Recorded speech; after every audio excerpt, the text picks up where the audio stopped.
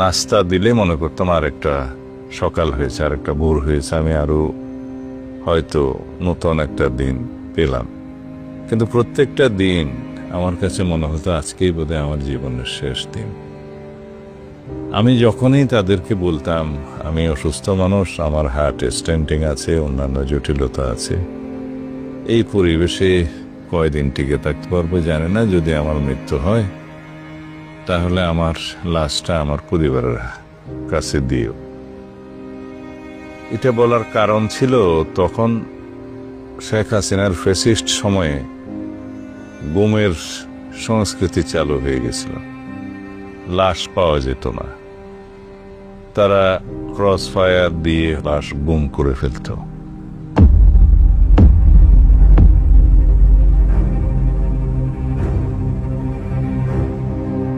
তা আমি আল্লাহর কাছে প্রার্থনা করতাম, এ আল্লাহ, আমার সন্তানরা, আমার বংশ বেরাদর, আমার আত্মীয় স্বজনরা কি আমার কবর জিয়ারত করতে পারবে না?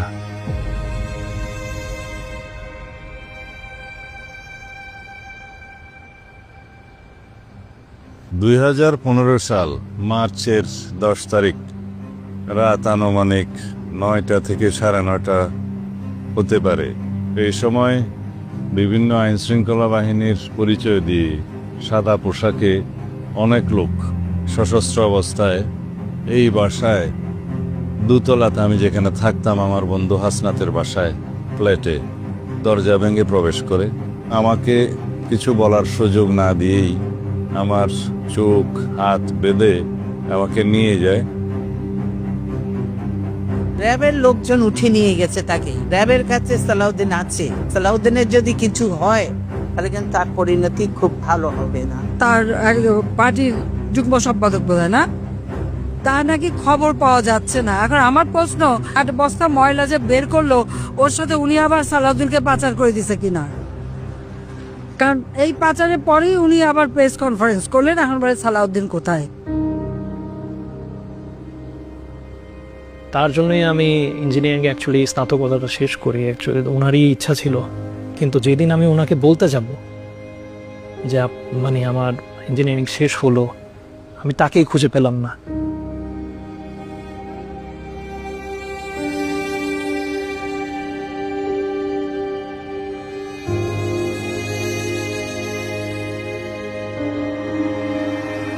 সেই বাসা থেকে 20 থেকে 25 মিনিটের একটা ড্রাইভ হবে। এমনও হতে পারে যে তারা ঘুরে ফিরে কোথাও গিয়েছে। যেখানে আমাকে গাড়ি থেকে নামালো, নামায়ে হাটে ভিতরে ঢুকালো, সেটা নিচতলা, আমাকে কোনো সিঁড়ি বাইতে হয়নি। এটা একটা সেল যেটা 5 ফিট বাই 10 ফিটের বেশি হবে না। সেখানে একটা পানির টেপ এবং একটা ছিদ্র আছে সেই নালায় পেশাব পায়খানার সুযোগের জন্য। লাইটটা মাঝখানে ছিল, এখানেও থাকতে পারে, আমার এখন এখানে ছিল কিনা মনে নাই। দরজাটা এই সাইজেরই ছিল এবং এখানে স্টিলের দরজা, নিচে একটু ফাঁকা ছিল, হালকা খানা পেনা ঢোকানোর জন্য, আর উপরে একটু ফাঁকা ছিল। বাইরে সবসময় একটা ব্যাডস্টিল ফ্যান থাকতো। প্রায় 48 ঘন্টার মতো হয়তো ঘটনাটা পার হয়ে গেছে। তখন গিয়ে আমি কোনো রকমে আর কি আমার মার সাথে কথা বলে জানতে পারলাম যে বাবাকে পাওয়া যাচ্ছে না। কিছু গুম খুনের ঘটনা আমরা আগে শুনে এসেছিলাম, তো ওই হিসাবে আমি প্রথমে দোয়া করছিলাম যে এরকম যাতে কিছু না হয়। উত্তরা থানায় ওনারা বলতেছে ওনারা জিডি নিতে পারবে না, কোনো রিজনেবল গ্রাউন্ড ছাড়া। এটা কোনো কথা হলো না। আমি ওনার স্ত্রী, আমি পাগলের মতো সারাদিন এখানে ওখানে ঘুরতেছি আমার স্বামীর সন্ধানে, আর ওনারা আমাকে এইটুকু হেল্প করবে না? জিডি করেন, মামলা করেন, যা হওয়ার সব থানায় হবে, কোনো আপত্তি নেই যদি সেখানে এই ঘটনা ঘটে থাকে। তো আপনি কি এই বাসায় ছিলেন কিনা? উনি উত্তরে বলছেন না, আমি এখানে ছিলাম না। তাহলে আপনি কি করে জানলেন? বলে যে ওই বাসার দারোয়ান বলছে, ওই বাসার লোক বলছে। বাধ্য হয়ে হাইকোর্টের শরণাপন্ন হই। খন্দকার মাহবুব হোসেন এবং মওদুদ সাহেব তারা এই রিটের জন্য আমার পক্ষে আদালতে দাঁড়িয়েছেন। দীর্ঘদিন সংগ্রামের পরে কোর্ট অবশেষে একটি রায় ঘোষণা করেন যে সরকারকে নির্দেশ দেন যে আমার স্বামীকে যেন ওনারা খুঁজে বের করে দেন। এইটুকুই আমার আদালত থেকে প্রাপ্তি ছিল, কিন্তু আমি সরকারের কোনো মহল থেকে কোনো ধরনের আইনি সহযোগিতা পাইনি।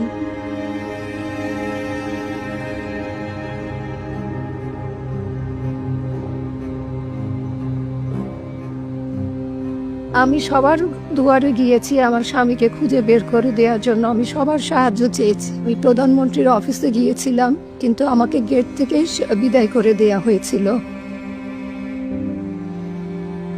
র্যাব 1, র্যাবের হেডকোয়ার্টার যেখানে র্যাবের ডিজি বেনজির আহমেদ বসতেন, সেখানেও গিয়েছিলাম। বেনজির আহমেদ আমাকে পাগল বলে ওনার রুম থেকে বের করে দিয়েছিলেন।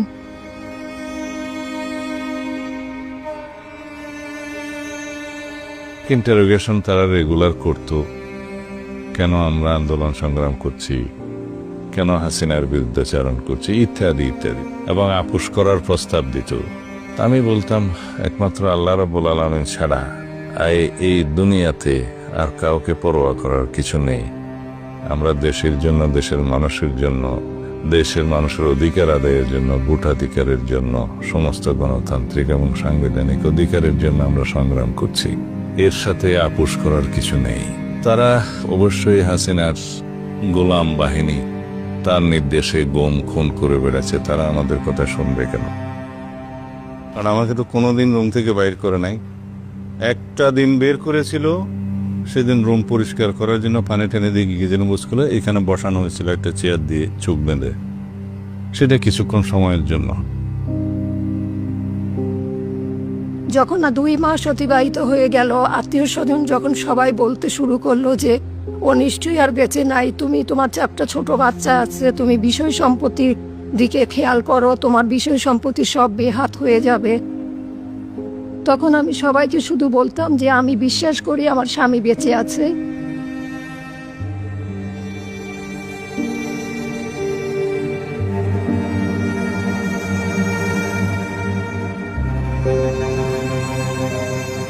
ষাট দিন পর্যন্ত আমাকে বন্দি করে রাখে।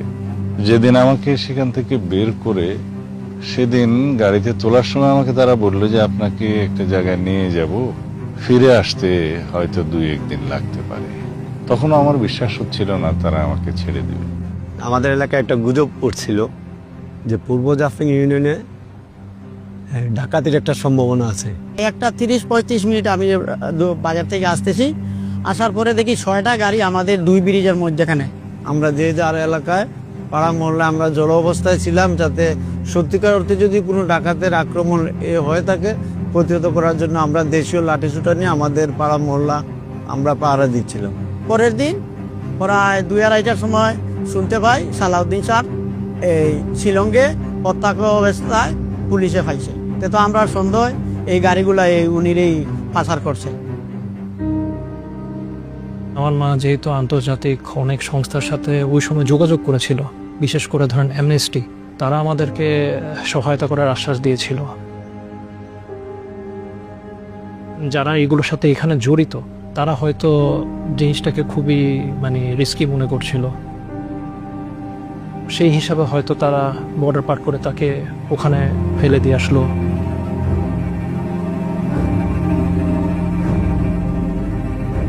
সেখানে কিভাবে গিয়েছেন, সে যদি অবৈধভাবে যেয়ে থাকেন সেই দেশের আইন অনুযায়ী তার একটা প্রক্রিয়া হতে পারে।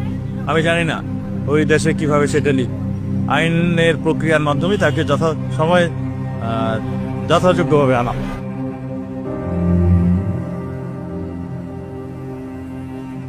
একটা নির্জন রাস্তায়, পাহাড়ি রাস্তায় একটা ফুটপাতে আমাকে নামিয়ে দিয়ে বলল ইউ আর ফ্রি নাও। তখন আমি দেখলাম পাশে একটা বিশাল মাঠ। পরে এটা জানতে পেরেছি এটা শিলং গলফ লিঙ্ক বলে, গলফ খেলার মাঠ। প্রাতঃভ্রমণে কিছু লোক ছিল যারা হাঁটতেছিল, আমি পরিচয় দিলাম, তো তারা পুলিশকে কল করলো। এরপরে পুলিশ থানায় নিয়ে যায়। তারপরে আমার কথাবার্তা শুনে হয়তো তাদের কাছে আমাকে পাগল মনে হয়েছে। তারপরে তারা একটা মেন্টাল হসপিটালে নিয়ে যায়, মিম হান্স নাম দিয়ে। ওখানে ডাক্তারকে আমি অনুরোধ করেছিলাম যে আমি আমার পরিচয় দিলাম, টেলিফোন নাম্বার দিলাম আমার দেশে, যাতে একটু যোগাযোগ করে। ওনাদের ভাষাতেই বলেছিলেন যে আপনার স্বামী, আপনার সালাউদ্দিন আহমেদ সাহেব আপনার সাথে কথা বলতে চায়। তো আমি তখন দ্বিতীয়বার ওনাকে আবার প্রশ্ন করেছি কে কথা বলতে চায়।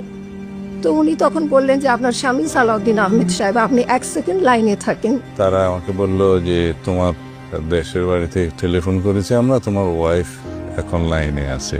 তো যখন উনি আমাকে হ্যালো বলল, সেই মুহূর্তের অনুভূতিটা আমি কাউকে বুঝিয়ে বলতে পারবো না। আমি এত জোরে চিৎকার করেছিলাম যে ড্রাইভার ভয় পেয়ে গিয়েছিল। সে প্রচন্ড শব্দ করে ব্রেক করে ফেলেছে গাড়ি এবং আমার দিকে পিছনে মোড় করে তাকালো।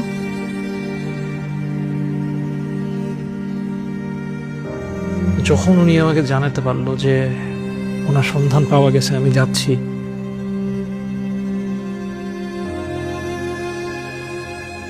আমার কাছে মনে হয়েছে যে আমার পুরো পৃথিবী আমার কাছে ফেরত আসছে।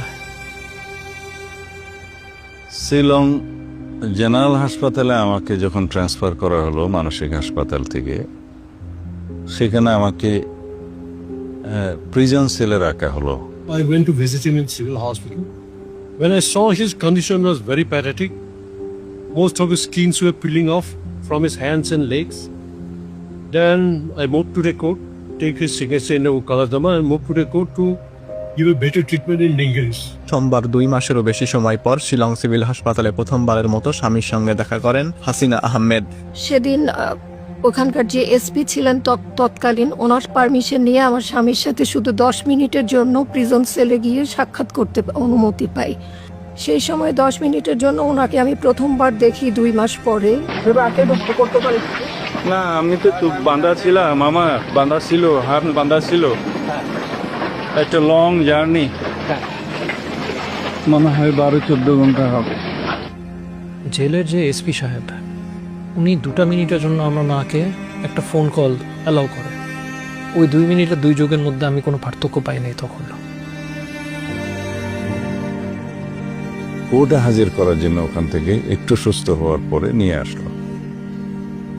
তখন আমাকে নিয়ে আসা যাওয়ার আগে পিছনে আমার সাথে অনেকটা স্পেশাল ফোর্সের মতো, হয়তো কমান্ডো টাইপ বা ব্ল্যাক ক্যাট টাইপ কেউ 2-3 গাড়ি থাকতো, কেউ দেখা করতে পারতো না। During the trial period, even raw people were all around, moving around me as a professional. Although I never talked to them, I know that they are raw people and all. They watch the movement of Salahuddin, watch my movement, all these things. So as a professional, I have to do my duty towards my client and I take it. Serious অসুস্থ হয়ে পড়লাম।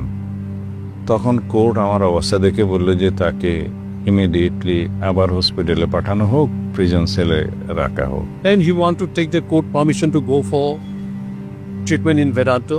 So that permission also I took out, which is security provided him. প্রায় সময় মনে হতো হয়তো আমি জীবিত অবস্থায় আর দেশে ফিরতে পারবো না। আমি সাংঘাতিক অসুস্থ হয়ে পড়ছিলাম। আমার 2টা মেজর সার্জারি হয়েছে আমার শরীরে, একটা কিডনিতে আর একটা ঘাড়ে।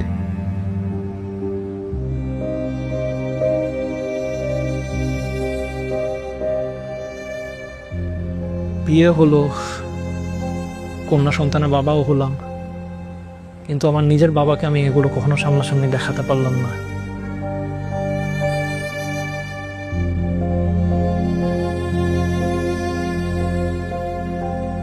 When the trial started, then I've gone through the church and there was few witnesses who saw him in the morning. They were examined, cross-examined by me. Even the IO, lastly when I examined, I divulged him all his stories.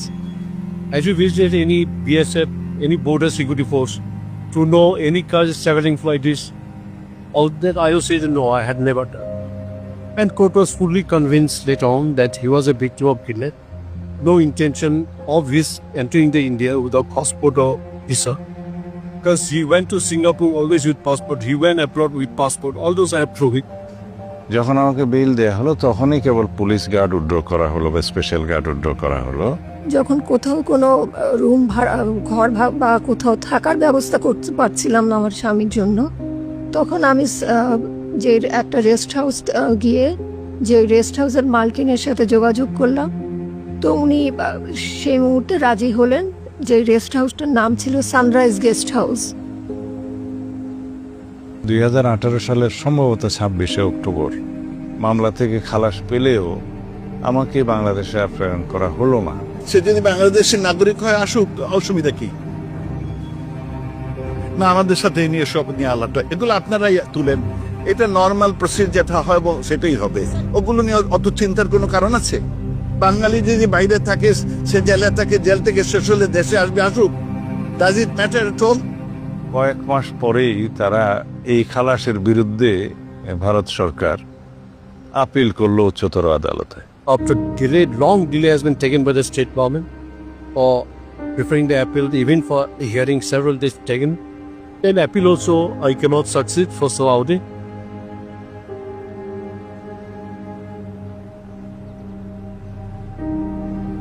2 সপ্তাহ পর পর বা 1 মাস পর পর থানা থেকে police আসতো, RAB থেকেও লোক আসতো, উদ্ভট কিছু প্রশ্ন করতো। উনি কি এখন বাসায় লুকায় আছে নাকি, বা আমরা খবর পেয়েছি যে উনি তো দেশে। কিছু কিছু পুলিশ অফিসার তো ধরেন আপনার তখনকার মানে হেনস্থা না করার জন্য আবার টাকাও দাবি করতো। এইভাবে প্রায় 1 বছর সময় পার হয়ে গেল।